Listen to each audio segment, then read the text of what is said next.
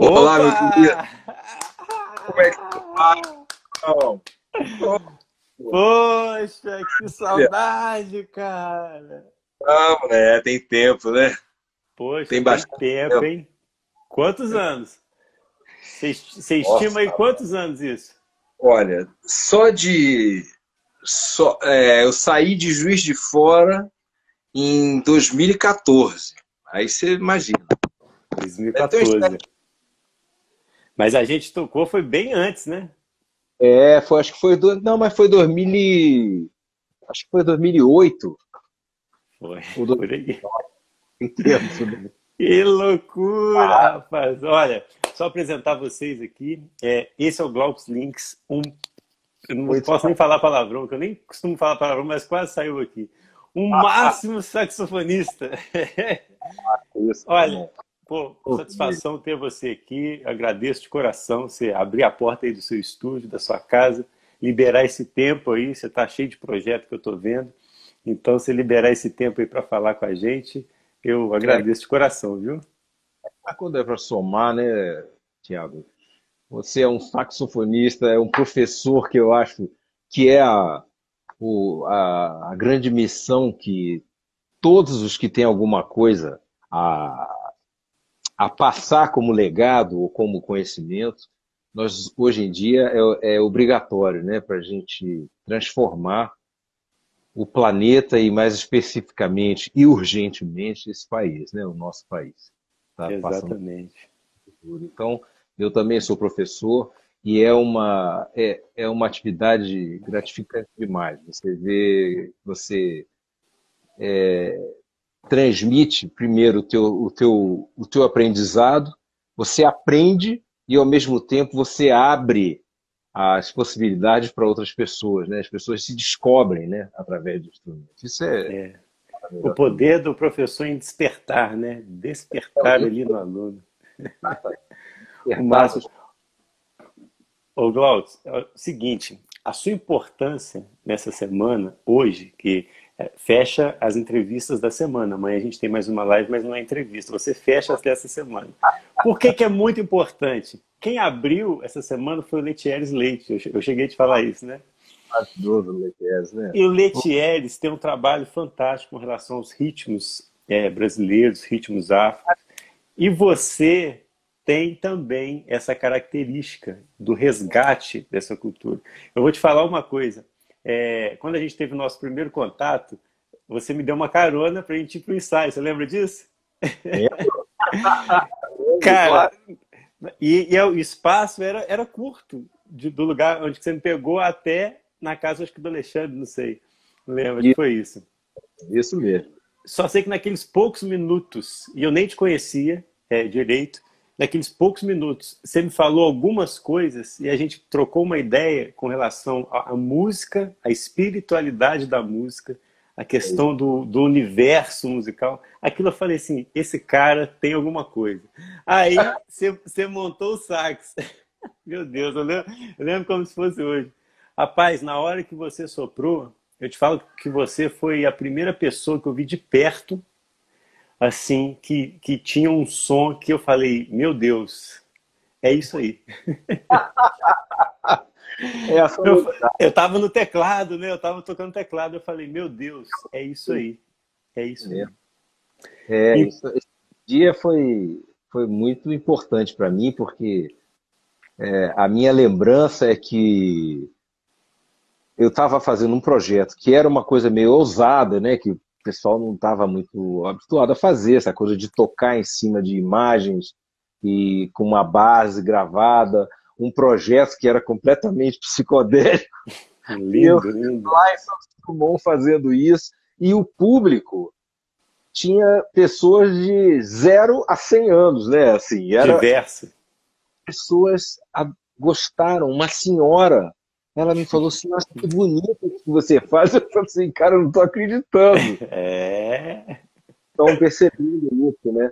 E o projeto era o projeto Visões, que para mim era uma Visões. coisa muito especial, né? Que eram a minha visão de mundo, algumas visões, né, diferentes, mas todas minhas, né? Através de imagem e das composições que eu compus para essas imagens, né? Aliás, não, nós compomos as imagens em cima da minha. Isso, exato, ao contrário. Na verdade, foi o inverso. Aqui está o Scofa, aqui, um grande parceiro, batera maravilhoso. Rodrigo Uau, Scofa. Fala, meu irmão. Chegamos juntos. salve! Então, Mas é isso. quando eu ouvi o seu som, eu falei assim, é isso, é isso. E eu nunca tinha visto de perto, assim, a 2 metros de mim, né? Eu falei assim, é isso. O sax tenor é isso. É engraçado você me falar isso, porque eu passei pela mesma experiência. Uau, Eu tava começando, não, eu já era profissional, mas isso deve ter sido em 84. E teve um show no Pacaembu, nessa época, não, foi 86. No Pacaembu teve um show do Michael Brecker. Eu fui pro isso, Pacaembu, eu ainda estava estudando e malhando, né? Michael Brecker, John Coltrane, aquelas loucuras que a gente começava a estudar e não parava mais e tudo. sim. Rapaz, eu assisti o Michael Brecker, né? Eu e todos os saxofones, o saxofone de São Paulo, né? E, rapaz, eu fiquei assim no palco. E o palco tinha 40 centímetros. E eu fiquei assim, do lado dele. Você tá brincando. Então, eu estou ali. Aí ele chegou, entrou a banda, começou a tocar. Quando ele tocou, a minha vida mudou ali. Quando eu vi a potência daquele cara, quando ele soprou a primeira nota, bicho, isso aqui dele fez assim, ó. Pá! As veias. E o cara tocava, mas, bicho, parecia que o saxofone ia explodir. Você viu o cara tocando, eu falei assim, que isso, gente? Cara, aí eu falei assim, porra, é por isso que eu não tô conseguindo fazer esse isso que eu tô fazendo, não sai por causa disso. Eu tô pegando no saxofone como um Delicado, né? demais, eu tenho que segurar ele e acudir ele mesmo. Cara, eu cheguei em casa depois do show, peguei o instrumento e os exercícios saíram, porque Foi eu outro. vi a potência, né, do diafragma dele. Quando aquele ar subiu aqui, a cabeça dele virou um BUM! Foi Eu outra nunca. coisa. O negócio mudou a minha vida ali. A partir dali, daquele dia, eu entendi o que era tocar saxofone. Que louco isso, né? São experiências que a gente passa na vida que muda totalmente a trajetória, né? Impressionante. Eu fiquei um misto de apavorado e maravilhado, sabe? Eu falei, nossa, Ó, meu é um Deus. risco, né? É um risco. É quando você vai num show desse, você tem dois caminhos, né? Quando você vê um cara desse assim tocando, você acaba aquele show, você tem dois caminhos. Ou você fala assim, não, eu tenho que parar com música, ou senão você fala assim, não, eu tenho que ir Tem que ir atrás, avante. É, outros para. exatamente. Eu Pô, era acho que muito, massa. eu era Então, 21, aí eu resolvi seguir. ó, que graças a Deus, né, pô? É Olha, e verdade. aí, Glaucio, essa sua importância de estar aqui nesse dia de hoje é justamente para linkar também essa sua grande pesquisa, porque eu sempre falo com muita gente assim, você quer conhecer uma pessoa, pesquisa os projetos que ela está fazendo na vida, né? Em qualquer área, em qualquer área. Se não estiver fazendo projeto nenhum, então você já vai saber muito dessa pessoa, né? E aí, Comum. quando, exatamente. E aí, quando a gente passa um olhar sobre as coisas que você já fez e você tem feito, a gente já sabe muita coisa sua, assim. Então, eu queria saber, assim, que você pudesse explicar para a gente, falar rapidamente, assim, o início da sua entrada na música e o porquê que você se declinou a ser um grande pesquisador aí dos ritmos e um grande como se diz, divulgador, né, através de seus projetos, de todas as suas ideologias musicais. Bom, E, na verdade, eu acho que. Eu sempre digo que se você ouve minha música e gosta ou não gosta, você também está gostando ou não gostando de mim. Porque eu exato, sou o que eu faço. Eu sou o que eu faço. total. A minha música sou eu. isso não existe separação, entendeu? O que eu faço é o resultado de mim, né? É Exato. a somatória de mim, das minhas vivências, do que eu acredito, né? Das cores que eu gosto, do ritmo que eu gosto, Das entendeu? comidas que você come. As que eu como, tudo isso, né? Eu acho que a gastronomia também tem muito a ver com a música, por Tudo. causa justamente dos temperos, das nuances, né?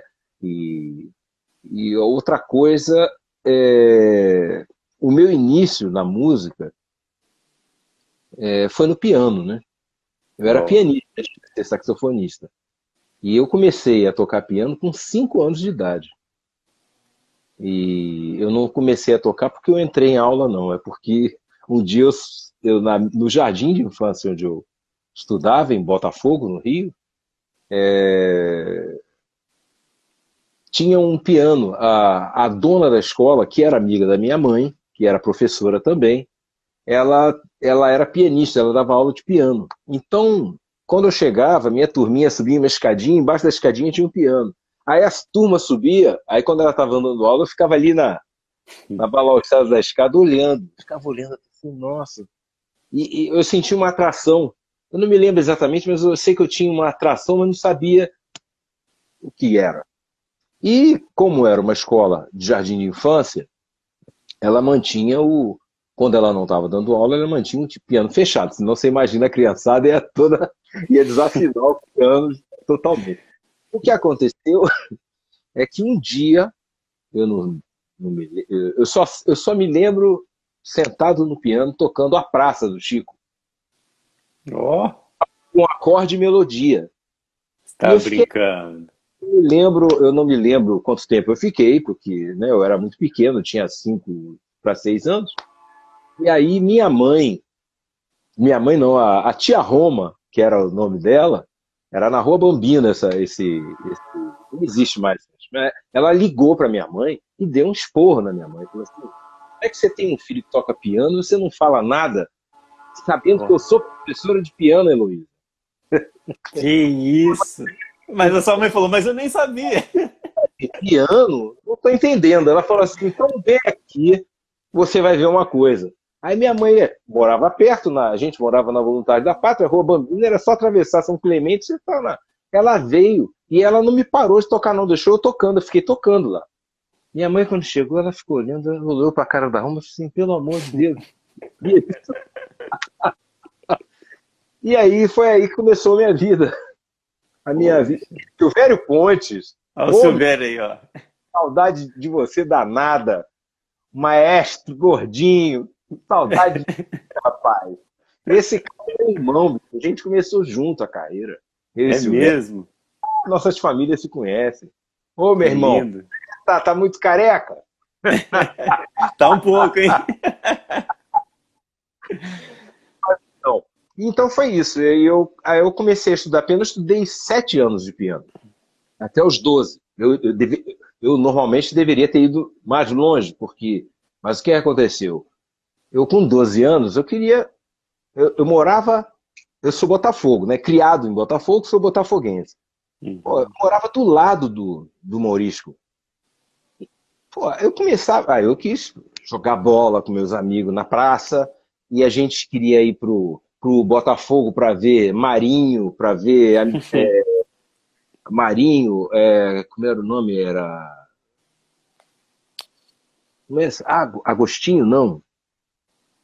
Bicho, tinha o Todo Botafogo tinha mundo. um craque, né?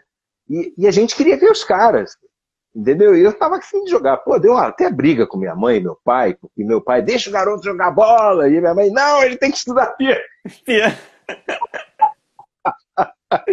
Eu sei que no fim das contas eu escolhi foi a bola mesmo, e aí o piano eu sentava quando eu queria, aí tocava, né? Eu tocava muito de ouvido também depois, porque Até eu porque tinha. os seus amigos, a maioria, né? Jogava bola, né? Não É, tocava piano. não, e o que aconteceu, eu até estudei com um maestro, o. Ih, rapaz, a memória não tá. Era um pianista cego que fez um sucesso na hora dos anos 60. Ele tocava nas boates, né? Amaro. Ai, rapaz, esqueci. Foi o meu professor de música, ele era cego, era genial, porque eu tocava, fazia os exercícios, aí o meu dedinho, ele ia de lado, assim, aí ele pegava o meu dedo, Glauco, seu dedo é em pé. O cara era cego, o cara Olha, estava tocando. Então, foi isso, a minha formação. Aí, mais tarde, fui para a faculdade, fui fazer arquitetura, e lá foi lá que eu voltei. Por quê? Porque tinha festivais, né, esse, anos 70, né? 78 eu entrei para a universidade, e aí tinha os diretórios acadêmicos, tinha a Uni, e aí tinha os festivais. Aí eu voltei, aí eu tinha um baixista, tinha um baterista na minha sala, e aí a gente falava assim, pô, aí eu falei, poxa, eu toco piano, toco blues, vamos tocar blues. Cara, a gente comecei a tocar lá, até porque arrumava umas garotinhas, né?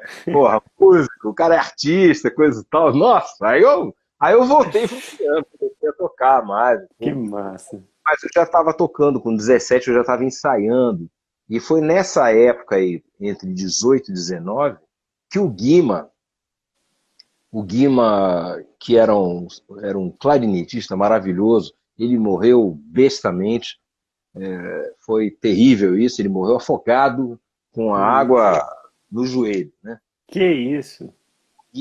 O Guima era um clarinetista, foi ele que me apresentou o saxofone, porque ele morava na Ilha do Governador, onde eu morava também. E a irmã dele me conheceu, me viu tocando, falou assim: eu tenho um meu irmão. O Guima era considerado, ele era o pupilo do Paulo Moura. Ele era o Ó, cara que o Paulo Moura falou: não, esse aqui é meu pupilo e esse aqui eu vou colocar. O Guima era um puta arranjador, ele fez um disco pela Warner. que Imagina isso, isso? disco na Warner, bicho. E ele Numa morreu época, hein?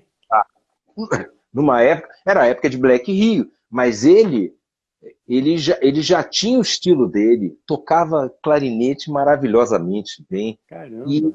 arranjava, tocava sax tenor. E foi nessa, né, quando eu cheguei tocando piano, aí fui lá na casa dele, aí ele estava tocando clarinete. Aí eu falei assim, porra, que legal isso aí, não sei o que. Ele falou, senta aí, você é músico, você é pianista? Eu falei assim, é. Aí ele falou assim, então peraí. Aí ele parou, colocou o clarinete no suporte, e aí abriu o armário do quarto dele e pegou um caixão assim, aí ele tirou o sax tenor dele. E ele soprou aquele instrumento. Aquilo entrou em mim. Eu falei assim, bicho, é isso que eu tenho que É tocar. isso. É isso que eu tenho que tocar. É esse instrumento, eu não quero saber. Rapaz, eu fiz o que eu pude e o que eu não pude, né? Porque foi muito engraçado, porque assim, na faculdade rolou uma rifa de uma televisão. Aí eu comprei a rifa, né? Mas eu nunca ganhei nada. Eu nunca ganhei nada em rifa, nem em jogo, nada disso. Nunca fui bom disso.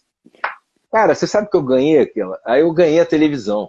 Aí eu já na minha cabeça, quando eu ganhei a televisão, eu falei pra menina, você vem cá, você não, eu não quero a televisão não, você não pode me dar em dinheiro? Eu falei, sim, pode, a gente vai ver quanto é que vai te dar o dinheiro. Pô, recebi o dinheiro, mano. Primeira Que coisa que eu fiz, isso? Nada fui por comprar um acaso. sax tenor, fui comprar um sax tenor com um dinheirinho horroroso e comprei uma bateria ainda com essa grana, rapaz. Olha Que que loucura. isso? Aí a bateria eu refiz com um amigo meu que era baterista, a gente raspou ela toda e não sei o quê. Enfim, era uma bateria toda ferrada. E o saxofone mais ainda, né? Com aquela boquinha original da Viril. Você imagina, o saxofone da Viril. Tem Não um é bom, W. boquilha. Imagina a boquilha. E eu tentando tirar som daquilo. O Guima me mostrou como é que era, aí me deu umas palhetas, aí eu ficava tentando. Minha mãe sofreu, né? Nossa. Aí lá fui eu parar no Vila Vila Lobos? Nova Lobos, claro, para ser aluno do Paulo Moura, né? Poxa O vida. Paulo Moura, com aquele saxofone, deve ser meu filho. Volta. Si bemol, dá um si bemol. Bicho, eu tentei dar um si bemol, não saía nem dó, bicho, nem dó da Essa escala. ideia. Tia, si bemol, a gente já fez isso pra me sacanear, né? Quando sai pô, na época tinha Jorge Israel, que era aluno Sim. dele também, tinha né, pô, que eu substituí até substituí ele com o Hit depois. Jorge Israel fez a live com a gente terça-feira. Eu sei, a gente estudou junto. E só que eles eram meninos da Zona Sul do Rio de Janeiro, né? Todo mundo com grana. Eu não tinha essa grana. E aí o Paulo me esculachou. Mas eu era tinhoso. Eu fiquei puto. Eu falei assim, não, agora eu vou tirar, vou dar um jeito. Aí levei no time. O cara deu um jeito, ficou tocando mais ou menos. Aí eu ia pra aula, mas eu ia pra aula e o Paulo nem olhava pra mim. Bicho, eu fiquei muito... Já ficou marcado. Tudo com o Paulo, né? E sem falar que o Paulo quase não ia às aulas, né? Porque na época eu trabalhava não, eu estudava na faculdade à tarde. Então eu saía daí do governador, ia para o meu estágio, olha só, com saxofone, Tinha quantos anos? Eu tinha 19, 20 anos. 20 anos. Aí eu ia de ônibus, bicho, para o estágio, saía da ilha, ia para Fonte da Saudade aqui na Lagoa. Dali eu ia para o centro, isso tudo de ônibus carregando o saxofone, tudo, né? E aí ia lá, a aula dele era de 1 às 2. Porra, chegava lá, 80% das aulas ele não aparecia, né? Tocava à noite, dormia, não acordava, e ninguém falava nada porque era Paulo Moura. Aí eu fiquei invocado, falei com minha mãe era professora, assim, não, você vai fazer um memorando contra ele, dizendo que você quer ter aula, porra, porque eu ia para lá, ficava esperando, e depois ainda tinha que ir para Ramos, para a faculdade, velho. Eu falei assim, porra, não vai dar certo isso. Eu quero aprender. Você fez um memorando? Um memorando contra o Paulo. Cara, o Paulo tocou uma lavada. Aí que ele não vai te olhar mesmo. Como é que você quer que ele te olhe? Não, mas eu vi que aí, bicho, a aula ficou impraticável, né? O que eu fiz? Achei um outro saxofonista, um outro professor, que era o Raimundo, que era um arranjador. O cara tinha uma big band, maravilhoso. E aí eu caí na mão do professor Raimundo certo. de quê? Cara. Tu lembra? Ele era conhecido como Raimundo Tenor. E ele era um cara baixinho, assim, ele tinha uma orquestra, bicho, ele arranjava muito. E ele tocava. Aí, quando ele viu meu tenor, ele falou assim, ô Glauco, olha, o Paulo não está completamente errado, não. Não faz com você. Faz o seguinte, arruma um jeito de conseguir um saxofone direito. Aí eu falei assim, mas qual é o melhor saxofone? Aí ele falou assim, é esse aqui. Pegou o King dele, né? Era um Super 20, né? Que salto, hein? Olha, eu falei assim, meu Deus, mas quanto é que é isso? Ah, isso deve ser uns $1.000 e tantos. Eu falei assim, meu Deus, como é que é? Eu cheguei e falei com meu pai. Eu falei assim, ó, pai, acho que não vai dar para continuar não, porque... Aí meu pai, né, falou assim, é esse que você quer? Eu falei assim, é. Então eu vou falar com um amigo meu que vai sempre para os Estados Unidos. Aí encomendou, bicho, um King Super 20, que é esse aqui, ó. Caramba, é esse original. Original, comprei ele zero. Ele tá 40 anos na minha mão. Nossa. Tá 40 anos na minha mão. Então, aí foi outra coisa. Quando o instrumento chegou, bicho, a primeira nota que você deu foi si bemol. Nossa, bicho, saía todas as notas, porque eu ficava tentando lá no veril, era difícil demais. Quando eu peguei esse instrumento, bicho, saía, os dedos até saíam do saxofone de tão rápido que ia. Eu falei assim, meu Deus. Aí eu comecei a estudar. Eu estudava 8 horas por dia. Chegava a sair sangue da mão aqui, que ficava assim. E eu estudando. Como eu já conhecia a harmonia por causa do piano, então para mim foi muito rápido, né? Porque eu trabalhei a técnica. E aí quando eu comecei a tocar, a dominar, eu já conseguia improvisar, porque eu já tinha a harmonia na minha cabeça. Aí eu comecei a aparecer, aí comecei a tocar e montei 2 grupos instrumentais. Naquela época você fazia show de música instrumental, né? Em 79, 80, eu tocava piano, né? Já tocava piano que é tanta coisa, porque nesse ínterim, eu estava estudando saxofone, eu já era pianista do Som Caribe. Som Caribe foi o primeiro grupo de salsa de verdade no Brasil. Eu Que fui um dos isso. fundadores, eu fui o único brasileiro que tocava no grupo. O resto eram venezuelanos, panamenhos, colombianos, uruguaios. E Tá eu aprendi doido. escola, minha E real, você no piano. eu tocando piano, eu tocava Nó. piano. Robacoba. Nossa, bicho, olha, foi a consolidação da minha formação rítmica, porque Olha. a salsa era toda sincopada, né? É tudo no ar, né? Uhum. Ticam, pam, ticam, pam. E o samba era tudo no chão. Tac, tica, tac, tica, tac, tica, tac. Então eu peguei as duas, então para mim a coisa rítmica ficou muito fácil.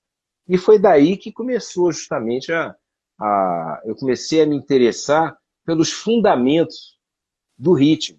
Eu pegava o samba, a Black Hill me influenciou muito, porque, sobretudo, o disco Maria Fumaça, eu Pô. escutava demais. E eu saquei como é que eles conseguiram chegar àquilo. Porque eles tinham o fundamento do samba, e eles, do baião, e eles começaram a juntar com o funk, mas não era uma colagem de superfície. Era lá embaixo que eles juntavam. Eles pegavam a essência de um, a essência do outro, e começavam a juntar.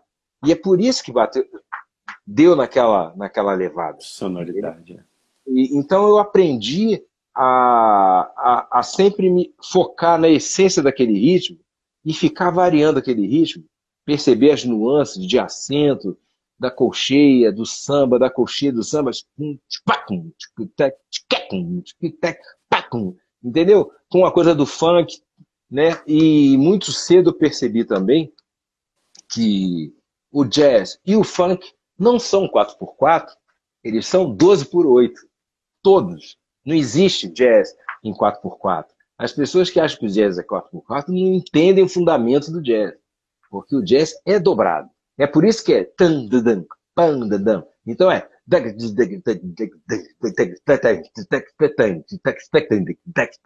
por isso que dá aquela porque é tudo tercina. E a música africana também, porque o jazz vem da Com África. certeza. Então, e o funk é a mesma coisa. O Prince, por exemplo, o pessoal acha que é tum, pá, tum, pá. Não é isso. É tum, pá, tum. É isso a intenção.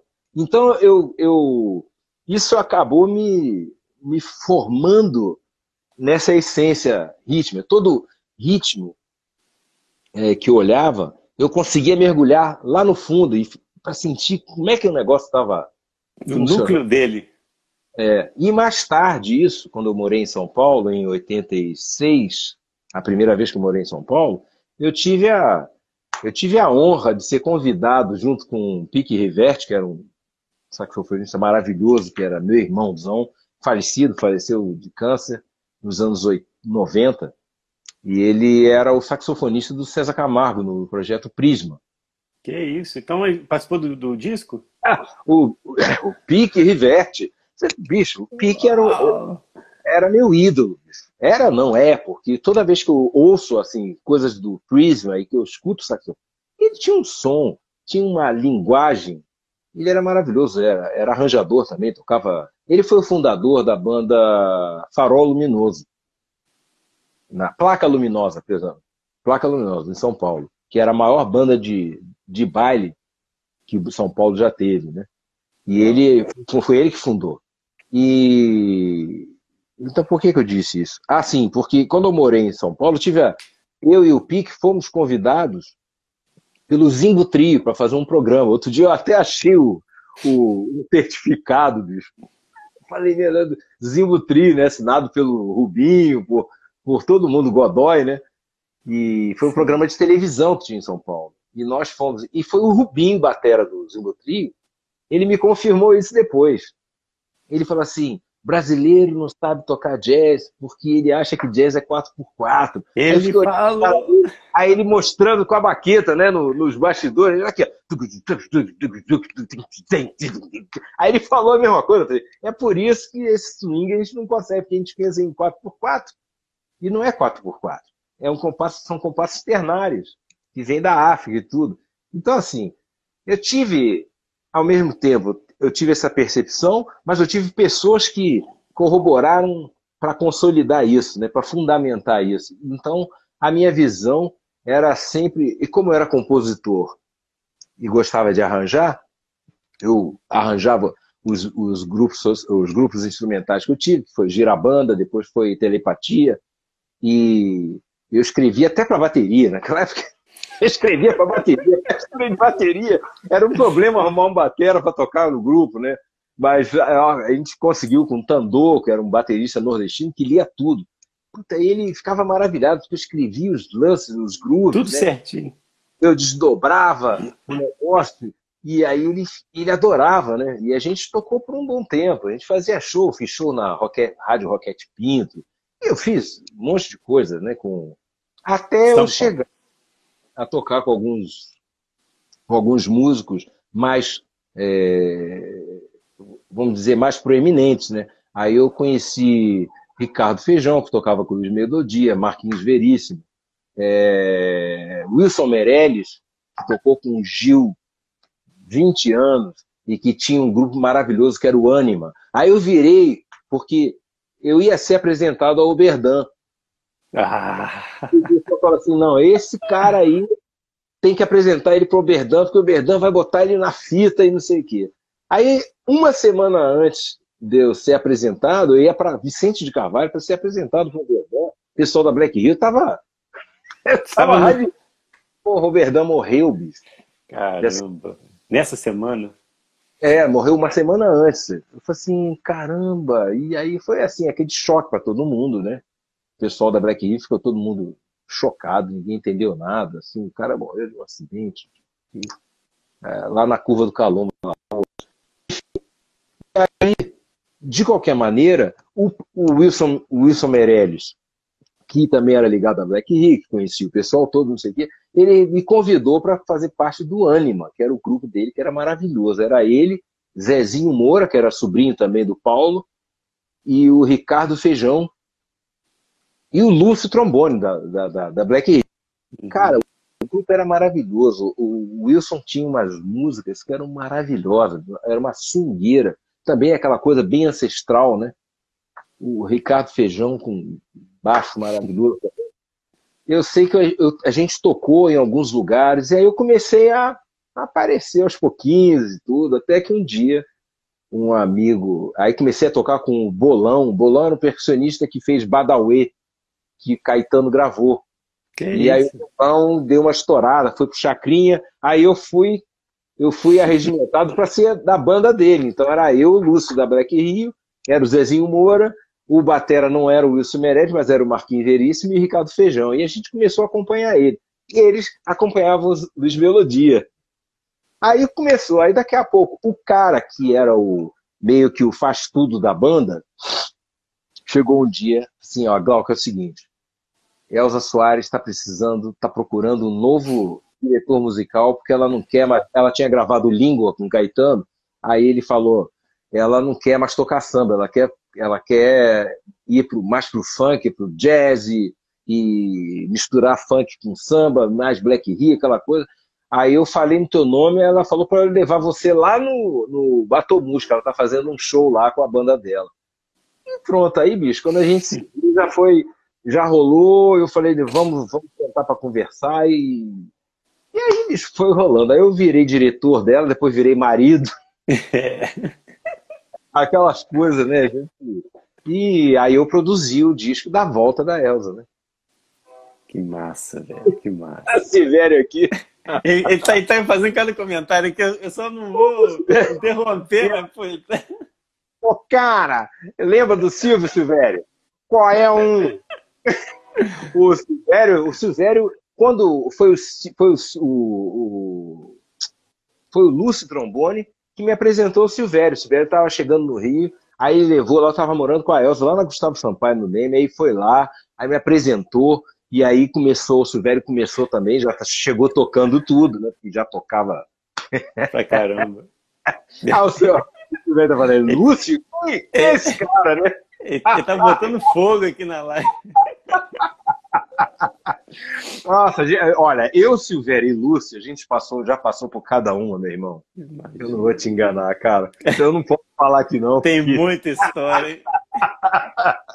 Dá é um livro, muito. hein? A gente riu muito, bicho. A gente já passou por cada uma. Lembra, Silvério, a gente no teu apartamento lá na Tijuca? Conta uma aí, conta uma aí. E depois, e o Silvério, logo depois disso, ele foi tocar com o Luiz Melodia. Aí ficou com Melodia direto, aí depois tocou com o Tim Maia. Aí pronto, Zé da Aí Véia, aí, sim. pronto, aí já Aí é o virou. melhor trompetista de chorinho do Brasil, né? Tu sabe disso, né, o Maestro Gordinho? Mas foi muito bom, cara. E isso aí foi. E aí eu toquei com Elza, e aí, depois dessa do lançamento do disco, aí eu comecei a gravar, gravei muito para Som Livre, e gravei muito na É porque aí Odeon. você ficou aí você ficou muito na vitrine, né? E aí começou a rolar as gigs, né? Rolava direto e tudo, né? Até eu me separar da Elza, porque quando eu me separei, também tô com saudade de você, gordinho. Tô morando aqui em São Cristóvão, estou com um estúdio aqui, e eu e o Sandro Lustosa, percussionista maravilhoso também. A gente tem um projeto junto, e aí eu resolvi vir para cá, a gente juntou, a gente vai fazer um estúdio aqui, que se chama Que Zenzon. massa. É, muito legal. E aí foi isso, e aí... Nossa, mas é tão longo, a gente já tá... Mas eu tô adorando, não? Bora. Quer aí que o Silvério vai entrar agora mesmo de novo.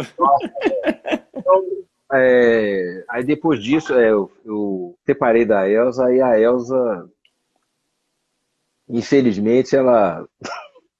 Enfim, eu vou pular isso aí, mas ela me queimou, tive que ir para São Paulo, queimou porque, nossa, enfim, aquelas coisas de vingança de mulher, bom, deixa pra lá. E aí eu tive que ir para São Paulo, né? Fui para São Paulo, recomecei lá em São Paulo com o Pique Riverte. O Pique Riverte falou Uau. assim: dobra tudo, vem, dobra tuas malas e vem para cá, para São Paulo, que tu vai começar a tua vida de novo aqui. Aí eu fui para São Paulo, o Pique me colocou nos estúdios, me colocou em um monte de lugar, e eu tive lá em São Paulo, eu tive a honra de trabalhar com Alzira Espíndola, irmã da TT, Isso. que na verdade é o rouxinol da família. A TT tem aquela voz maravilhosa, mas a Alzira é um rouxinol, cara. É um negócio impressionante. E é uma puta compositora. Então, com Alzira, Arismar do Espírito Santo, Filó, Tá quem doido. mais? E aí eu tive também eu tive a honra de tocar na banda do Branca de Neve. Você conhece Branca de Neve? Não. Branca de Neve foi o criador do samba rock, velho. Que isso? Sério? Tinha banda que era só a nata. Os sopros da banda dele eram 4 sopros. Era proveta, Tá cacá, doido? proveta de alto, cacá Malaquias. Não, proveta, acho que de. Não, era proveta, cacá Malaquias, eu e o. Oh, meu Deus, trompetista de São Paulo, maravilhoso, que parece até o, o negro, maravilhoso. Porra, cara, meu Deus do céu. Gil? Gil, claro, Ah, pô! a banda só tinha monstro, era o único Caramba, média. velho! Bicho, era aqueles caras, porque era assim, o nível deles era um negócio impressionante, em termos de músico, era um negócio impressionante. Eu ia pra casa deles, ver eles ensaiando, aí eu tentei até, né? O Gil, isso mesmo, Silvério, tu lembrou.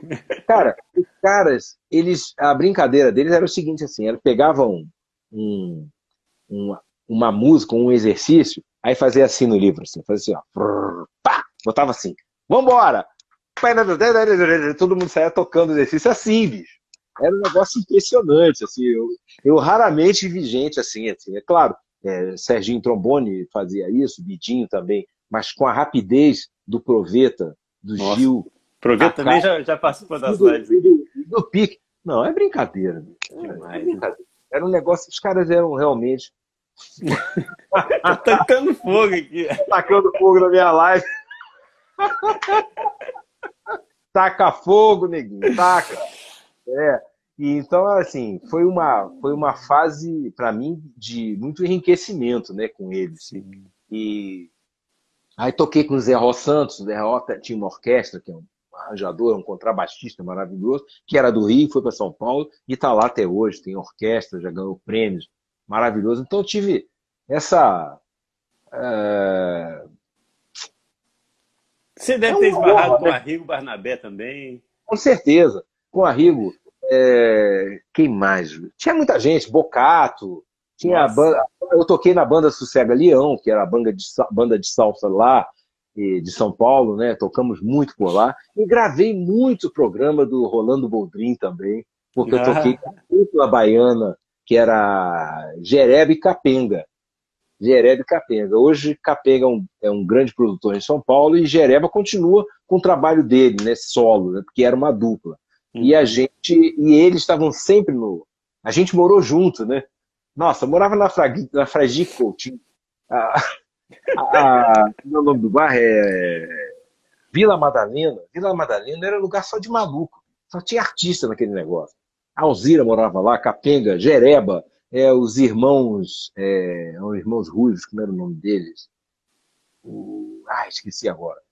Só tinha maluco, bicho. Era um lugar de, assim, tinha só casas. Não é o que tem hoje lá, aquela coisa, tudo super chique, yuppie, não sei o quê. Não, bicho, tinha pé sujo e a gente ficava nos pés sujos, tocando, faz, Era o falando. baile, era o baile. Era maravilhoso. Não, e era boteco mesmo, pé sujão, a gente ficava lá à noite, aí, por exemplo, ia tocar no Avenida, que tinha logo no início de Pinheiros, mas a gente ficava nas casas, fazia festa nas casas. Era outra época, né? Hoje em dia a coisa virou profissional demais, né? Não é mais amador. E Apesar de era viver, gostoso essa. era uma coisa que era muito prazerosa, né? É brincadeira. Olha só, engraçado que o Nivaldo Ornelas também ele passou pelas lives, né? E ele fala muita coisa importante sobre a questão de você ter amizades e da amizade gera um trabalho. O que é Com certeza. diferente hoje. Hoje você tem um trabalho e do trabalho você faz amizade. Antigamente não era isso, não. Antigamente você tinha Não. amigos. Você tinha É, amigos músicos, igual o Clube da Esquina. Era amigos e ali puf, surgiu o trabalho. Hoje em dia é um pouco contrário, né? Você consegue fazer amizade quando você tem um trabalho. É muito engraçado isso, né? tem alguém aqui que fala que Silvério. Silvério, deixa de bobagem. Mas o que acontece é que nessa época, os anos 70, anos 80, a gente tinha mais convivência. A gente vivia junto. A gente ensaiava em casa, ia um para casa do outro ficar ensaiando, tocando. Entendeu? Eu me lembro uma vez, eu estava ensaiando com a banda que era a banda do Bolão, então era Zezinho Moura, só tinha maluco, né? Só tinha louco. Marquinhos Veríssimo, Ricardo Feijão, Zezinho Moura, Lúcio Trombone e eu. E o Bolão era o percussionista, mas na banda ele era cantor. Ele tocava de Hum. vez em quando. Rapaz, a gente ficava tocando, porque a gente marcava o ensaio para as 3 horas, o nego só chegava às 5. Era assim, né? E aí, Sei. quando chegava, o Bolão só ia chegar lá pelas 7.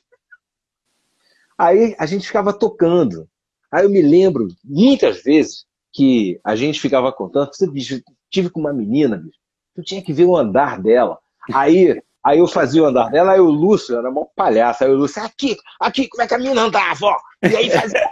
Aí nessa, o Ricardo Feijão já fazia um groove em cima desse andar, entendeu? Então isso mostra que a vida é a vida que Que rege a música? transportada, que é transportada e se transforma em música. Então você vê o swing do andar de uma menina inspirou uma linha de baixo e a gente começou a tocar em cima e já fez uma música em cima disso. Entendeu? Então, assim, música é vida. Se você não tem história para contar, uma história para contar na música, você pode estudar o que você quiser. Mas se você não tem vivência, né? Se você não vivenciou situações, não perdeu a namorada, ficou na fossa, ou entrou numa furada, ou quase foi preso, ou saiu de uma errada. Isso tudo vai criando uma vivência que são situações que você acaba transformando em uma expressão artística, Exatamente. musical ou artística, mas artística, porque se é um pintor, ele vai pintar isso, ele vai representar isso da maneira. Então a gente vê o mundo, a gente recebe o mundo, absorve, transforma e rende o mundo, né? Aí eu Rende quero o abrir mundo. um grande parêntese aí, porque você falou uma coisa fantástica. Eu lembro que nessa carona que você me deu para o ensaio de 2008, eu estava, 2008, 2009, eu estava no processo de fazer cirurgia, lembra? Eu falei com você. Lembro, que você ia fazer a cirurgia. Quando eu falei com você da cirurgia, o que que você falou comigo de uma passagem na sua vida? Eu não sei se você pode ou quer falar aqui, que deu um problema em você, que você Ah, sim, ficou, eu poxa, exame em 2004. Eu fiquei um ano 2004. do lado esquerdo com Você quer 10%. contar rapidamente essa passagem que eu acho importante, né? Isso foi. A minha carreira teve algumas interrupções graves, né? Essa foi a primeira delas. E aconteceu exatamente uma semana depois do término do meu casamento, que chegou num ponto de estresse emocional tão grande que terminou da pior maneira possível. E aí o que aconteceu? Uma semana depois eu morava em Macaé nessa época, no Rio de Janeiro, né? Região dos Lagos. E aí eu saindo para ir tocar em Búzios, os músicos que moravam lá em Búzios, que eram amigos, são meus amigos até hoje, e eu estava arrumando o carro, botando saxofone, eu ia dormir, então eu levei uma mala com roupa, não sei o quê, arrumando as coisas no carro. E aí veio até um amigo meu, ô Glauco, eu estava descendo a minha rua, aí eu falei com ele, aí fechei a mala, falei assim, tô indo para Búzios, domingo à noite a gente se encontra, a gente bate um papo, não sei o quê. Aí peguei o carro e fui dirigindo. Aí, quando cheguei em Rio das Ostras, saindo de Rio das Ostras, indo para Búzios, né?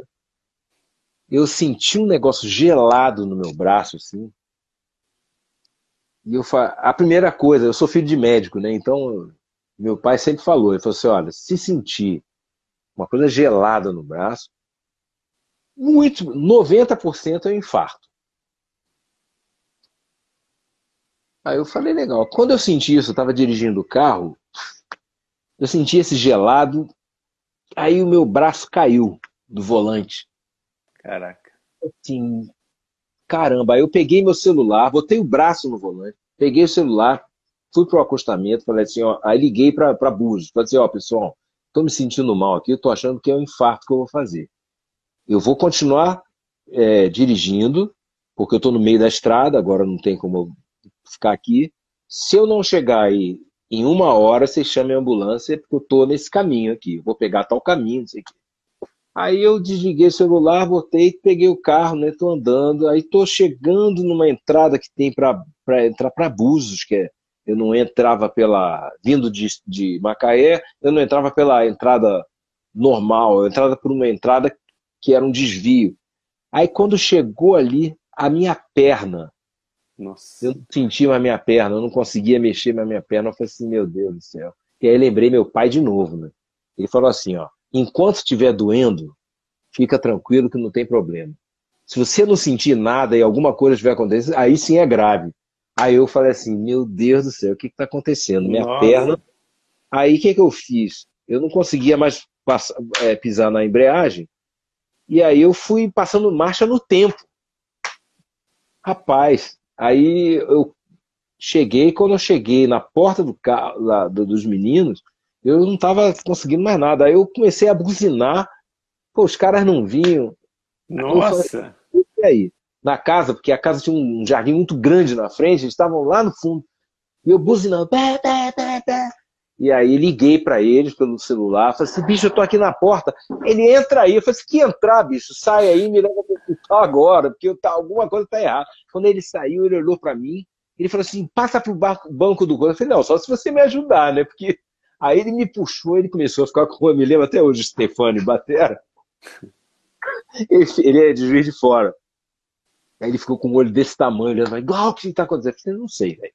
Não sei, me leva. Não, vamos procurar um. Eu tinha plano de saúde, era Unimed.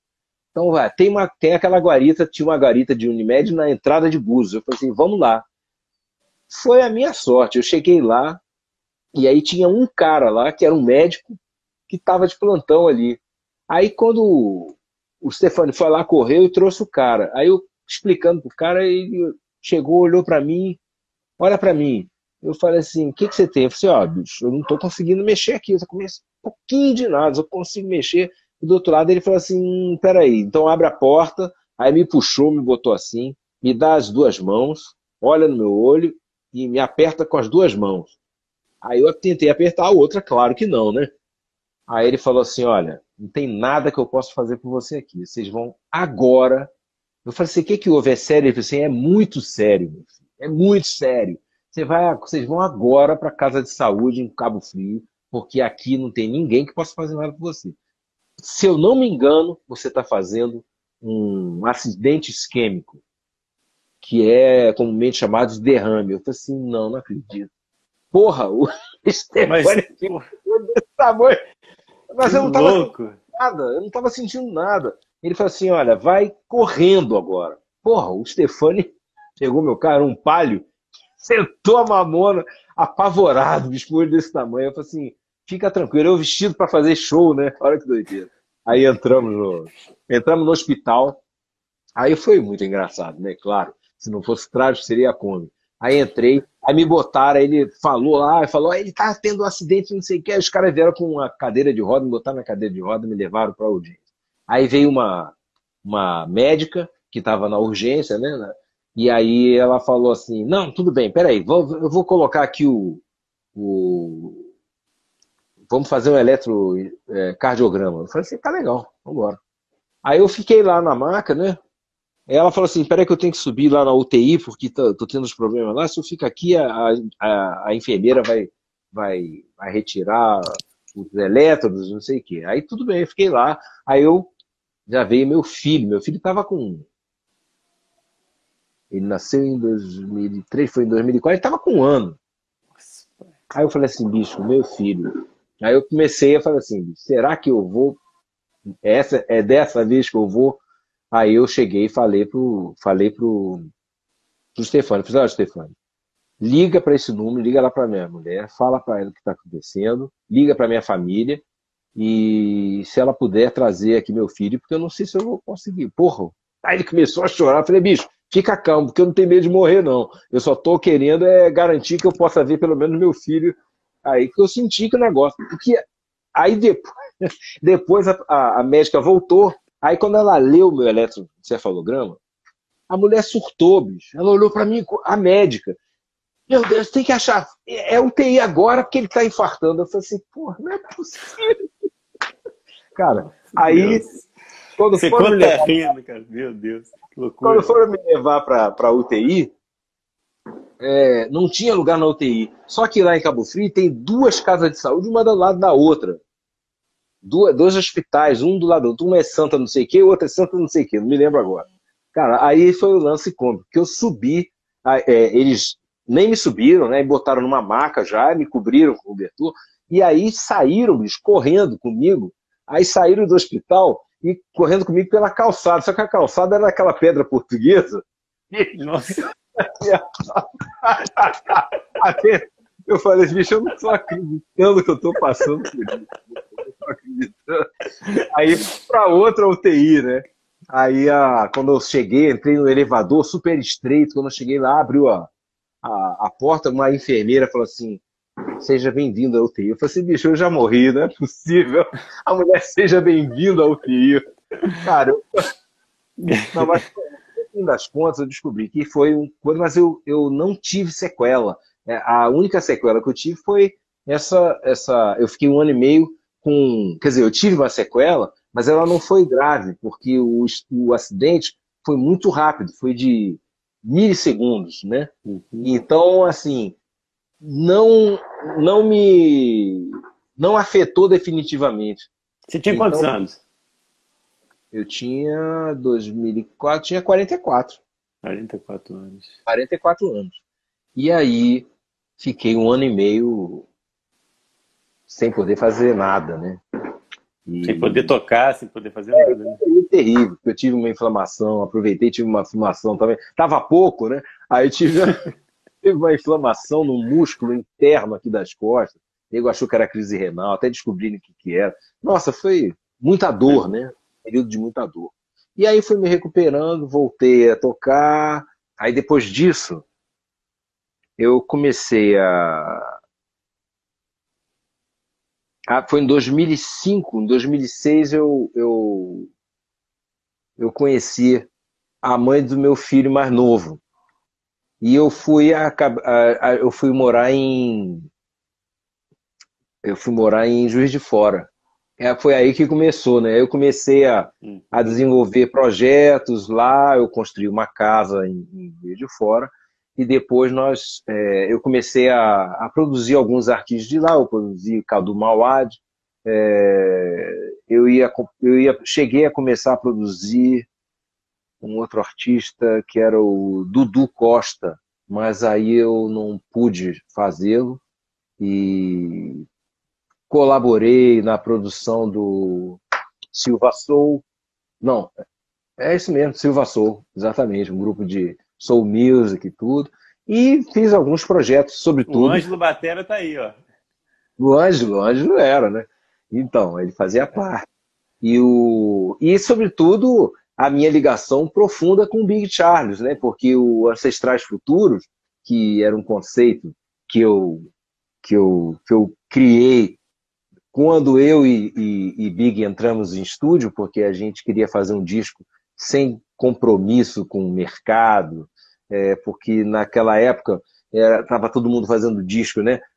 Sobre chorinho, estava todo mundo pensando no mercado para poder chamar e tudo. Então, você, por exemplo, no aniversário do Pixinguinha, eram lançados 235 discos, tocando todas as peças do Pixinguinha do mesmo jeito que ele tocava. Isso me enlouquecia. Assim. Eu falei assim, se eu fosse o Pixinguinha, eu já estava me virando dentro do caixão.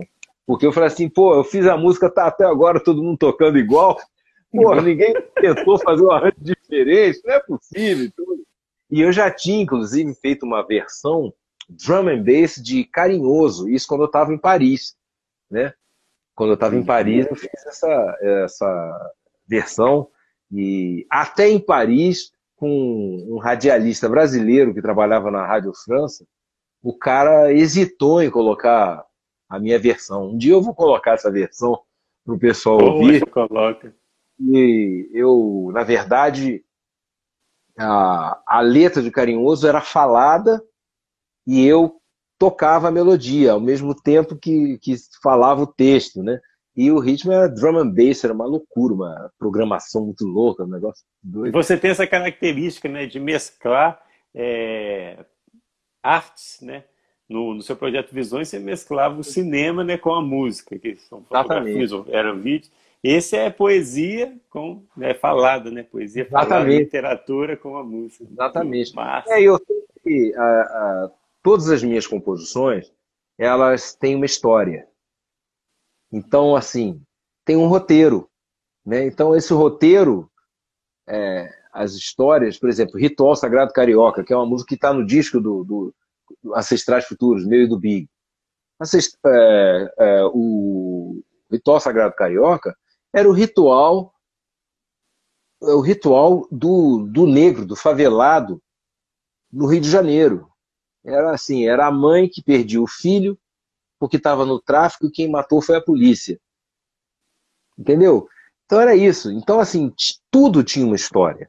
Então, isso evocava imagens, naturalmente, né? Inclusive Sim. lá na França, tinha o Joe Starr, que era um rapper do maior grupo de rap na época dos anos 90 na França, que era o NTM, ou Nick Tamer, bicho, era um monstruoso. E a gente foi amigo, inclusive foi ele que raspou minha cabeça a primeira vez, em 1992. Olha que loucura. E ele falou, porra, Glauco, tua música é, toda vez que eu ouço as tuas composições, eu vejo imagens na minha frente. Eu falo assim, então você sabe. É exatamente isso. Eu estou contando Pegou. história da minha vida. Eu estou aqui contando história da minha vida, entendeu? Então, a minha própria maneira de tocar, ela é completamente Descritiva. descritiva das imagens que eu vi. Então, mesmo tendo tentado estudar muito para ser, como é que se diz, para ser um virtuoso do saxofone, eu não conseguia. Porque o que acontecia? Eu estava estudando, aí daqui a pouco eu falei assim, porra, legal essa frase aqui. Aí começava a dizer, tinha parado já de estudar 2 horas, estava compondo outra música. Entendeu? Então eu nunca terminava os estudos porque vinha uma ideia para compor. Entendeu assim? Então, Entendi. às vezes, inclusive, eu criava frases que aí eu tocava no piano, porque vinha aqui, eu já tocava no piano.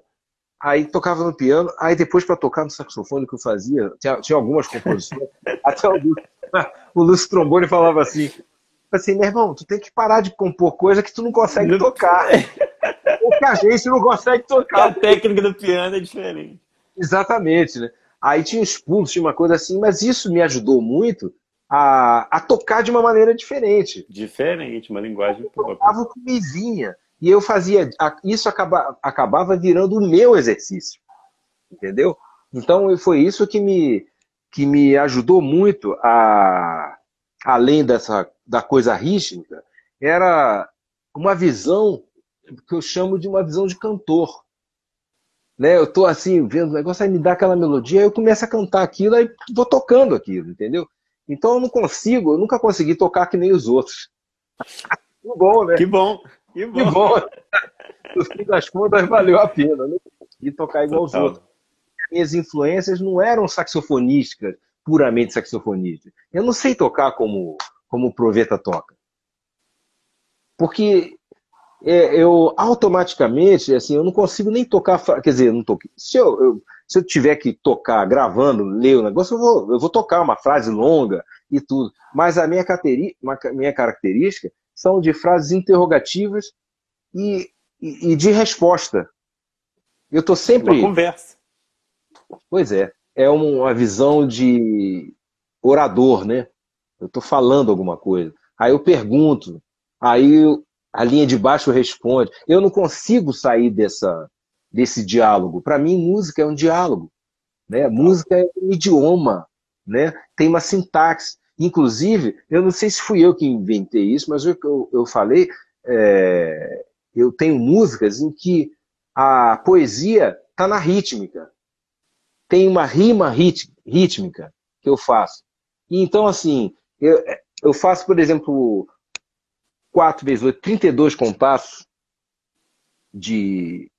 são 4 pedaços de 8 compassos que tem frases rítmicas parecidas, mas que rimam no final. Quando você termina a segunda frase, ela rima. Então, a rima rítmica que eu chamo é uma coisa que eu mesmo achei e que eu gosto de brincar com isso. Então, às vezes, tem música minha que eu praticamente só faço a melodia e o resto quem faz, quem toca mesmo, quem sola é o batera e o percussionista.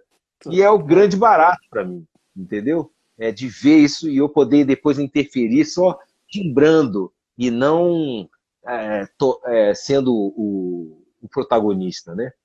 Para Isso é mim, resultado de uma mente criativa. É simplesmente isso. e o autoconhecimento, né? De valorizar o autoconhecimento. É por isso que eu tenho o projeto Chakra Jazz. O projeto Chakra Jazz é isso.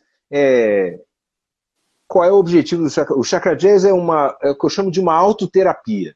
Porque, na verdade, é você que não é dedicada a músicos, mas dedicada a pessoas. Qualquer Uau. pessoa. Qualquer pessoa.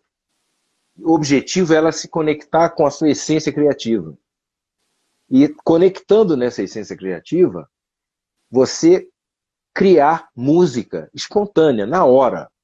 Então, a vivência do Chakra Dance é isso. São vários instrumentos espalhados, não só instrumentos musicais, mas instrumentos que eu chamo de potenciais. Um pedaço de pau, uma chapinha, tudo que você pode transformar em som e em ritmo, tá ali, entendeu? Então a pessoa vem, a gente faz uma harmonização, né? Eu tenho alguns mantras que eu compus, eu ponho, faço uma pequena harmonização para as pessoas calmarem tudo isso, e depois a gente começa. Eu criei alguns exercícios de estímulo, para o início, né? Porque é para quebrar o gelo, aquela coisa toda, e depois as pessoas começam a se Livre. conectar às coisas.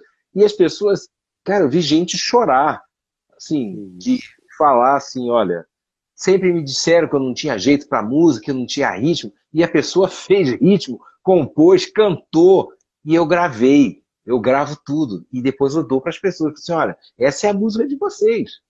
Você praticamente destrava um bloqueio que a pessoa carrega há anos. Exatamente, é exatamente. E qualquer um pode fazer isso. Porque eu uso a música, né? A música é a grande ferramenta para isso. Mas, na verdade, a criatividade não é só na música, é em qualquer coisa. Porque quando você se conecta na sua essência, você pode criar música, mas você pode criar saídas novas para a tua vida. Você pode sair da caixinha, né? Ou ir para fora do ponto da curva e olhar e falar assim, não, mas eu fui lá e eu fiz uma coisa que eu nem sabia que eu sabia, então eu posso fazer qualquer coisa, entendeu? Então, assim, eu já tenho o chakra Você dá a oportunidade da pessoa de seguir um descobrir. caminho. Exatamente. Tem um livro que você com certeza já deve ter lido, é o Siddhartha, né, do Hermann Hesse. E tem o início do Siddhartha, ele novinho, né, ele querendo se aventurar pelo mundo, ele vira para o pai dele um dia e fala assim, pai, eu quero viajar, sair de casa, viver a minha vida, não quero essa religiosidade aqui dentro de casa, o pai dele, né, É tal. aquela coisa do Brahmani, né? Que ele Exato. mas ele não achava a O, ligação, né? o pai dele olhou para ele, não falou nada e foi pro quarto. Aí ele falou assim, eu não vou sair daqui até ele voltar e me dar a bênção para eu me seguir a minha vida. E ele ficou lá, o pai dele dormiu, ele passou a noite inteira naquele espaço que ele falou com o pai dele, amanheceu, o pai dele viu ele lá, as pernas já bambeando e tremendo, que ele ficou paradinho, o pai dele virou para ele e falou assim, você pode ir, é o que você faz. Você vira para a pessoa, você fala assim, é possível, você pode fazer, você pode ir. A Pode ir. pessoa vai e faz. E Fantástico, fantástico. tive resultados de emocionar, sabe? De emocionar mesmo. Porque teve uma menina, que é a Valentina, essa menina nunca mais eu vou esquecer. Ela era uma argentina, ela tinha, na época ela tinha o quê? Isso foi em 2016, se não me engano, ou 2015. Eu fiz o Chakra Jazz e aí ela não tinha, ela me mandou um e-mail dizendo que ela queria muito participar, mas ela não tinha o dinheiro todo para fazer. Eu falei, não, você me dá o que você puder. Você quer participar? Quero. Eu falei, então tá legal. E ela participou. E aí começou, né, o pessoal se soltando e ela nada, ela não conseguia, ela ficava olhando para um tambor e ela não conseguia. Eu falei assim, Uau. Valentina, o que está acontecendo? Não, eu tô com medo de atrapalhar eles. Eu falei assim, mas como assim atrapalhar? Me explica, eu não estou entendendo. Como é que você poderia atrapalhar essas pessoas? Não, porque eles estão tocando. Eu falei assim, ué, mas se você quiser, faz o que você acha. Faça isso. Não tenha medo de errar. Porque ninguém. Ninguém é para fazer certo. Ninguém está aqui para fazer certo. Então não tem por que errar. Aí ela, então tá. Então eu falei assim, não, pode começar, vamos lá. O que você tem em mente? O que você gostaria de fazer? Ah, eu gostaria de bater assim, batendo com medo, né? Eu falei assim, não, pode bater, pô.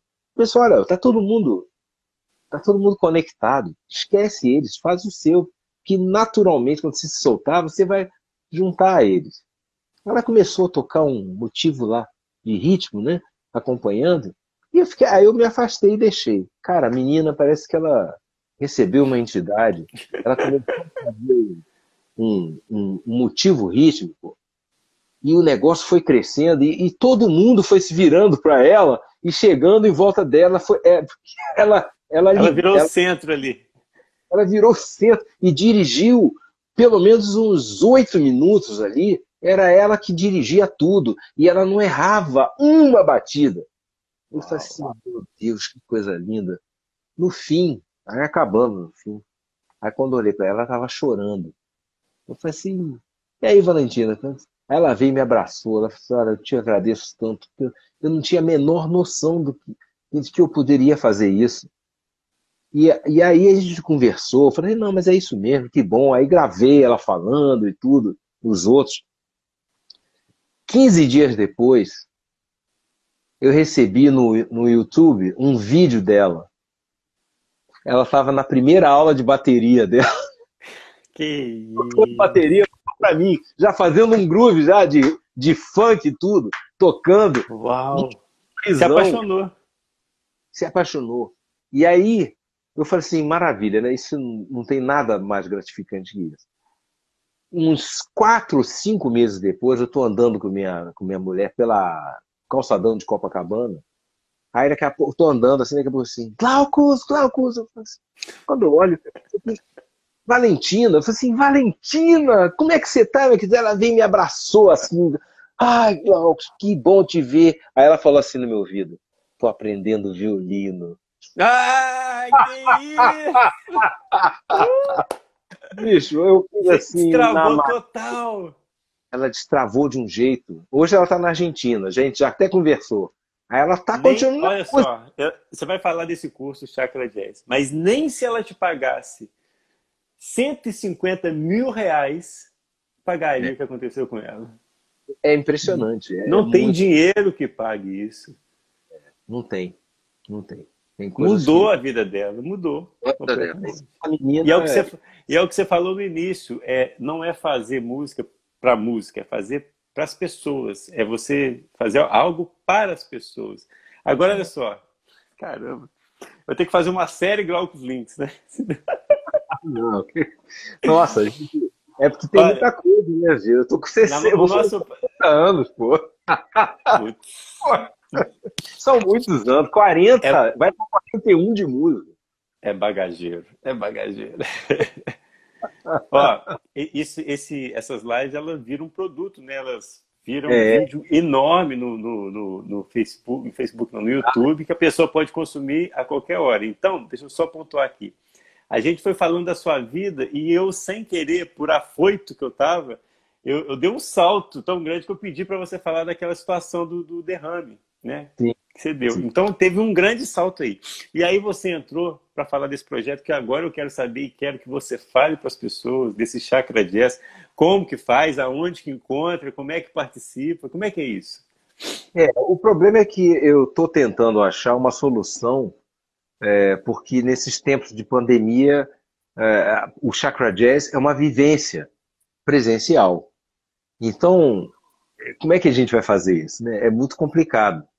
Agora, eu estou pensando, eu estou com o meu parceiro, Sandro Lustosa, e com uma grande amiga, que é a Catarina Sé, que é uma menina, é uma bruxazinha, que adorou a ideia também do Chakra Jazz, e ela me propôs a gente pensar numa maneira online de realizar isso. Eu não sei Uau, ainda como fazer, mas assim que eu souber, eu comunico. Mas o maravilha. Chakra Jazz e Ronaldo Barcelos, meu Deus do céu! Ô, meu Pesado, hein? irmão querido! Nossa, tem muita história junto. O Ronaldo, grande compositor, né? O Ronaldo, ele, quando eu produzi o disco da Volta da Elsa, ele teve duas músicas, Cacatua e, se não me engano, Bem de Manhã. Não, Bem de Manhã? Não sei se é Bem de Manhã, mas começava Bem de Manhã, muito longe do sol. Que coisa linda, bicho. Isso é um grande compositor, né? Que Inclusive até presente, hein? gravou Ronaldo Barcelos, né? É, Pesado. não, o parceiro ali é cascudo mesmo. Seja Mas, bem-vindo, Ronaldo. então, mas o Chakra Jazz é isso, é uma vivência, né? Por exemplo, eu sozinho eu consigo monitorar até 15 pessoas. mais que isso, eu preciso de um monitor, entendeu? Um Ou de uma apoio, né?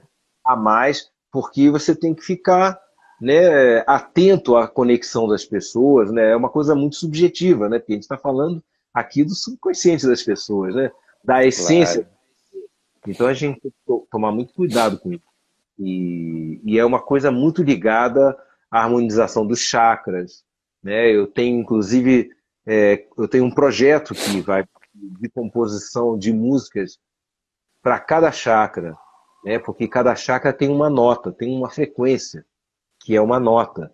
Então, assim, tem uma música para cada chakra que eu uso a tonalidade, a nota como tonalidade, e tem também a música para os chakras, para os 7 chakras, que eu uso as 7 notas. Eu fico usando essas notas. É lindo, é uma coisa maravilhosa. Caramba, poxa. E Maravilhoso. você trabalha com aquela música bineural ou não? Você pensa nessa possibilidade para ir? Uma possibilidade, né?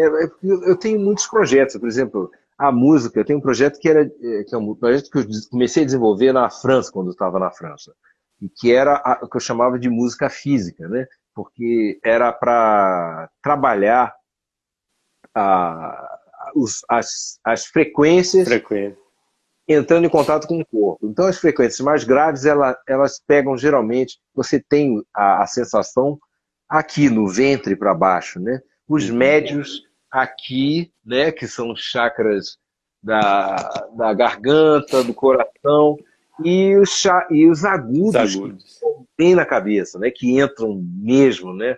Então, assim, eu tinha um projeto que era isso, que ia até propor ao IRCAN, que é um instituto de pesquisa de sonoras, né? Lá na França e tudo. Mas eu larguei tudo isso porque não dá para fazer tudo, né? A vida, você tem a vida que está correndo ao seu lado também, né? Exatamente. Não A para ela. sair de turnê, você tem que ir para turnê, aí fica um mês fora, aí volta, vai para outro lugar. Então, assim, muita coisa você acaba deixando para uma hora que você tenha disponibilidade, né? Mas Exato. essa música binaural é muito interessante, mas eu acho que o chakra jazz ele não precisa disso, entendeu?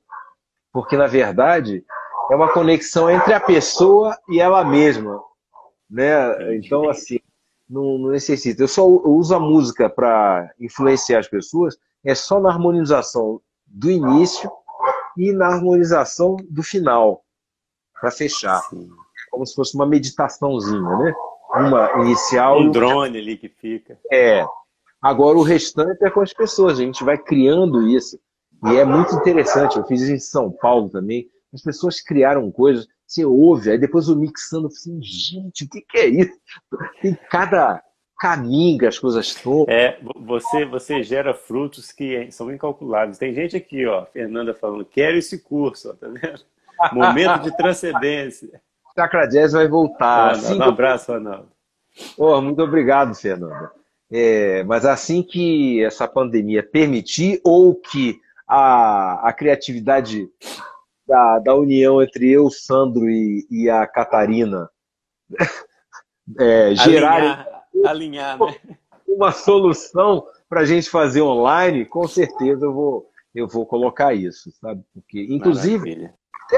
ensinar o saxofone, meus alunos de saxofone, eu uso o método Chakra Jazz, entendeu? E misturado com algumas técnicas que é do aluno conhecer os grupos musculares. Olha só. O autoconhecimento corporal, né? Os grupos musculares que você vai usar no saxofone, né? O girar do punho, os pulos, né? Que é uma coreografia que você vai aprender, né? Então, É um balé, só que o balé é das mãos. E você tem que começar a conscientizar, porque quando ele for estudar, ele vai entender por que ele está estudando aquilo ali. Que ele precisa gerar ação interação nesses músculos, para ele ter uma fluidez e poder interpretar o que ele quer interpretar, né? E isso é maravilha. importante ele saber, né? E saber identificar o erro, porque É engraçado que eu já fiz muitos testes com os meus alunos, e aí quando ele errava, eu falava assim, me diz onde é que você errou. Quero que você identifique o seu erro. Aí ele sempre identificava o local que ele caía, mas ele não sabia onde é que ele tinha tropeçado. Olha só. São coisas que você vai. E aí, quando eu falo assim, não, aqui você caiu, mas você Mas tropeçou. começou aonde? Você veio catando cavaco de lá até cair. Exatamente. Esse dedo aqui, quando ele não foi mais rápido, não foi na velocidade que tinha que ir, ele atrapalhou o time de todos os outros. Isso é Então, interessantíssimo, porque você tem um exercício que tem uma frase e aqui você erra. Só que é, aí você pega para estudar só aqui, mas esquece que é aqui que começou a avacalhar o negócio. Não é isso? exatamente. Louco, maravilha. Isso gera um progresso impressionante, porque Consciência, né? gera consciência. E aí ele toma gosto pelo estudo e ele faz questão de suplantar essas coisas, a parte técnica, né? Isso é muito importante. E depois, sonoridade, né? Os pilares, né? Eu queria tanto que você falasse um pouco disso, porque eu acho, Agora, aqui, os pilares, agora, pouco importa os pilares. não, mas eu acho que, né, para falar dos teus pilares, eu acho Sim, que claro. sonoridade, técnica, repertório, improvisação, curiosidade, criatividade e interação, Tá né? tudo aí, né? Eu para cada um desses pilares, do primeiro ao sétimo, eu escolhi uma palavra. Então, para o Olha, que primeiro, bom. a palavra é essencial. Essencial. Por isso que é o primeiro, né? Porque é você, né? Você, a boca é sua, as cavidades são suas, o saxofone é teu, a boquilha é sua. Você vai gerar o seu som, né, nisso aí. Isso é essencial. Sonoridade, primeiro pilar. Segundo, a técnica. É obrigatório, porque se você não domina o instrumento, como é que você quer se expressar? É impossível se expressar. O repertório. O repertório não serve só para você enriquecer, né? Serve para você comunicar, né? Qual é o seu gosto, qual é a sua tendência, né? Então, Quem é você? a comunicação, né? Quem é você, do que você gosta, a que grupo você gostaria de Qual a sua interagir. tribo? Sua tribo. Improvisação como é que está aqui? Contar. Ah, sim, contar histórias. Ah, Improvisar é você criar uma outra melodia, né? que aí é a Você sua criar música, né? Sua uma música interna. melodia e você deriva essa melodia para outras ideias suas, né, que viram um improviso. Se você quiser contar cada vez uma história diferente, esse é um improviso que você faz. Curiosidade é o princípio da inteligência. Sem a curiosidade, a gente não teria inventado a roda, né? Total. Porque, então, eu acho que o princípio maior da inteligência é a curiosidade. Porque quando você fala assim, quando você se questiona, pô, por que que isso está aí? Pronto. Aí você vai ter que Acabou. seguir o A caminho. centelha. Colocar as sinapses para funcionar, né? Para funcionarem, perdão. Criatividade é o desenvolvimento dos sentidos, né? É a sua conexão com os seus sentidos, com tudo que você sente, e entrar em contato com isso, para você poder improvisar e contar histórias, né? Porque aí depois que você ficou curioso, você falou, por que que isso é assim? Aí você vai descobrir uma solução, você tem que usar a criatividade. Pra você descobrir aquela solução. Pois é. E por último, a interação. A interação, que é uma coisa que eu acho muito engraçado, porque a interação ela tem mais a ver com o silêncio do que com. Porque a interação, para você interagir com uma pessoa, você tem que ouvir, tem que ter escuta. Então, a Total. interação, ela parte primeiro da escuta. Você ouve o que as pessoas estão fazendo, para você depois interagir com elas, né? É o início de um diálogo. Tem um grupo que está falando, você vai tocar em algum lugar, eles estão tocando uma música. Você tem que ouvir como é que eles estão tocando, qual é a pulsação deles, né? A O escuta é primordial. Aí o depois você Ariano, entra. o Ariano Suassuna fala uma coisa que eu acho muito engraçada, que tem muito curso de oratória por aí, né? mas não tem curso nenhum de escutatória. Tem que haver Escutatória. curso de escutatória, né? A gente, eu aprendi, eu estou aprendendo, né, a ouvir, mas em relação, eu estou falando em relação como pessoa, eu estou aprendendo há muitos anos a ouvir, né, porque a gente tem muita coisa para falar, mas a gente só falar não permite que a gente escute. Quando você fala, Exatamente. você não pode escutar, né? O cérebro humano não permite isso, né? Fazer duas coisas ao mesmo tempo, falar e ouvir, né? Então, ou você fala, Nem mulher consegue fazer. nem mulher consegue, porque normalmente elas são danadas, né? Elas são danadas. Elas são capazes de fazer várias coisas ao mesmo tempo. É, Não conseguem. Então, assim, a interação tem que partir da escuta, né? Você ouvir. E aí a gente acaba. A escuta, no meu caso, me leva diretamente a Miles Davis. uau! É, eu não conheço nenhum músico moderno que tinha a escuta mais aguçada do que o Miles. O Miles ouvia a própria música dele, né, tocada, e ele esperava aquele momento em Para que mencionar algo. tinha sentido ele emitir algum som, né? E é impressionante como ele era hábil nisso. Eu vi o Miles ao vivo. É um negócio. Você viu onde? Eu vi na França. Eu vi um dos últimos shows dele. Eu vi o show dele na Villette, ele só com a banda e ele com os convidados. Foi, inclusive, com os convidados estava Jack McLean, Herbie Hancock, Ron Carter, Wayne Shorter. Tá maluco. Não, John McLaughlin. Foi uma loucura. Inclusive, teve uma particularidade que pouca gente percebeu. Nesse show, que foi no dia seguinte, que foi o show com os convidados, no palco entraram Joe Zawinul e Wayne Shorter. E eles não se falavam há anos. Eles voltaram a se falar No no. show.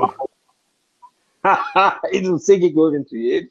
Eu conheci, eu tive a honra de conhecer e tocar com o Joe Zawinul, né?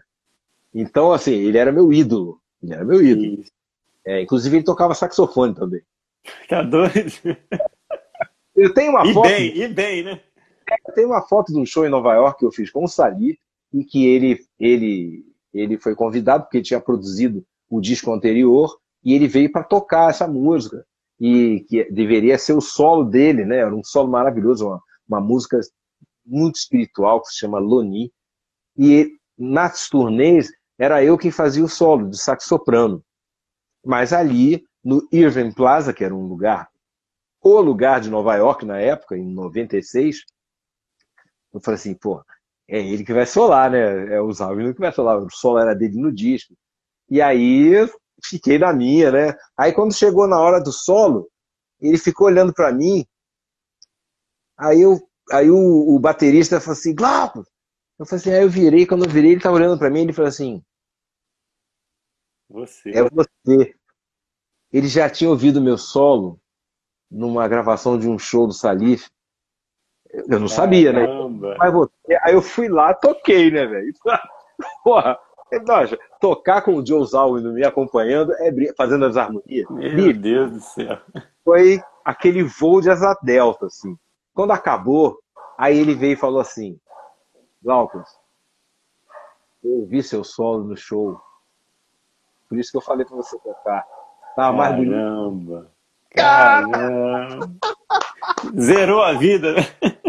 Eu falei assim, posso morrer agora. Caramba. Muito bom, Poxa. muito bom. Então Ô, é isso. Glaucio, você, cara, eu vou te falar, tem que fazer uma série contigo mesmo, porque é muita história, cara, é muita história. Olha, mas eu não vou perder a oportunidade, porque eu quero ouvir isso de você também. Para a gente encerrar, porque a gente já está no segundo bloco, quase beirando 2 horas, né? Deixa eu te falar. A gente percebe, você percebe também, que quando a gente entra na carreira de músico, muitas pessoas passam pela gente né? Porque a gente faz amizade, a gente toca, a gente muda de cidade, ou muda de estado, ou muda de país, e você tem várias experiências, então você toca com banda de um estilo, com comportamentos humanos diferentes de uma outra banda que tem outro estilo. Então você vai passando por essas águas que são muito diversas e, consequentemente, algumas desses resíduos ficam em você porque você é a soma de tudo que você viveu, correto? Agora, você, na sua idade, eu queria que você deixasse uma mensagem, e aí essa mensagem, quando vinda de você, vai vir de um músico com experiência, com vivência e com uma espiritualidade muito refinada, porque você tem a característica de se aprofundar nisso. Então, a mensagem que eu quero que você deixe é para todos os músicos, sendo jovens, intermediários ou já profissionais. Que tipo de mensagem é essa? Vamos supor que hoje é o último dia da minha vida. Deus queira que não. Mas, nesse último suspiro, eu quero entender que tudo que eu vivi foi com uma mentalidade de aproveitar ao máximo e extrair, através da minha arte, tudo que eu pude. Então, eu posso ir tranquilo. Então, eu queria que você deixasse uma mensagem do que este músico, sendo básico, intermediário ou avançado, ou seja, profissional, se ele não tiver antenado com isso, ele tem que fazer exatamente a partir de agora. Para quando chegar neste dia que realmente a cortina vai se fechar, ele possa realmente falar assim, olha, eu consegui fazer tudo que eu quis fazer, com tudo que eu tinha que fazer dentro de mim. Que mensagem você dá assim, para essas pessoas se antenarem a isso? Olha, eu acho que eu vou começar uma frase de Paulo de Tarso. Ele diz que quem é muito amigo do mundo não pode ser amigo de Deus. Então, explicando, não vou explicar não. Eu vou deixar cada um interpretar da sua maneira. Mas o que eu quero dizer com isso é que tudo que você fizer, que você esteja começando agora, ou que você já seja um músico profissional ou amador, se você tem um objetivo, não deixe motivos materiais atrapalharem o teu objetivo mais profundo. E não tenha medo algum de mergulhar fundo, porque a gente só aprende quando a gente quebra o verniz social, né? Aquele verniz que todo mundo fala, porque é isso. Aí você quebra esse verniz e aí tem uma queda, porque você vai se deparar com você mesmo. E o nosso maior adversário somos nós mesmos. Então, apazigue-se consigo e siga o caminho que você, lá no fundo, sabe que tem que seguir. Porque foi o que eu fiz na minha vida. Minha vida não foi fácil, porque eu resolvi encarar a vida. Encarar a vida não é encarar de confronto, não. É encarar mergulhando. Porque a gente só aprende mergulhando e as cicatrizes que a gente traz devem ser motivo de orgulho, porque as cicatrizes quer dizer que você vivenciou, né? Você viveu. E é isso que identifica um músico. Você pode olhar qualquer músico conhecido, seja pela sua sonoridade, seja pelas músicas que compôs, é porque eles seguiram o caminho deles. Entendeu? Então, assim, às vezes a gente precisa ter um balanço, né? Equilibrar o material, porque o material é o que nos mantém vivo. E nós temos um corpo que é um aparelho que a gente tem obrigação de mantê-lo, né? Nós temos obrigação espiritual de manter a nossa matéria, mas isso não pode atrapalhar o seu caminho maior, o caminho com C maiúsculo. Não desista disso. Mergulhe fundo. Vai se machucar, mas vai valer a pena. Não tenha medo da dor, porque a dor é um amigo, é uma companheira. A dor é companheira. A dor não está nunca contra nós. É um aviso de que alguma coisa está errada ou que você precisa mudar alguma coisa na sua vida. Então é isso, mergulhe fundo, sem medo. Tem um cineasta, bom, agora me fugiu o nome dele, mas ele lançou um livro que é David Lynch. David Lynch, maravilhoso. O livro, eu não me lembro o título agora, mas, enfim, não importa. Importa o que ele diz na primeira página do disco. Na primeira página do livro. Ele diz: se você quer pegar um peixe grande, você tem que ir a águas profundas. Se você não está pronto, fique no raso e com os peixinhos. Uau. É isso. Se você quer alguma coisa... Maravilhoso, cara, maravilhoso. Você falando, eu lembrei de uma letra do Chico César, que ele fala: caminho se conhece andando, então, vez em quando, é bom se perder. Pois Demais, né? a gente não se perde, a gente arruma um atalho e depois volta. A gente nunca se perde, né? Eu acho que a gente nunca se perde, a gente está sempre se achando. Cara, incrível a nossa live. Incrível, incrível, incrível. Eu já Nossa, sabia, porque a gente já se conhece, mas a gente, poxa, não, e a gente incrível, cara, incrível. já sabe quem nós somos, né? Porque tá aí, a gente, né, falando lá daquele show de 2008, né? Total, total. 14. Tem só 12 anos que a gente fez Só 12 anos, e passa num piscar de olhos. um piscar de olho. Glauco, obrigado, viu? De Nossa, eu coração. que agradeço. Isso virou uma live, um documento, um registro impressionante que eu vou assistir várias vezes durante a minha vida. Nossa, Obrigado, obrigado. De que bom. coração, viu? Agradeço a todos também que estiveram aqui e espero que isso possa servir, né, para os músicos, até para as pessoas mesmo, né? Porque eu sempre achei que dentro de cada um de nós tem uma nota musical. Não tem jeito. Nós temos uma musicalidade latente, que é o divino, né? Divino. É a centelha divina. É música também. Obrigado, meu querido. Namastê. Gabi Vamos Silê. vamos nos falando. Vamos nos falando, com certeza. Nossa, a gente tem que armar, né, coisas juntas, Vamos, vai acontecer. Sinergia total. querido. Beijo grande. Um abraço.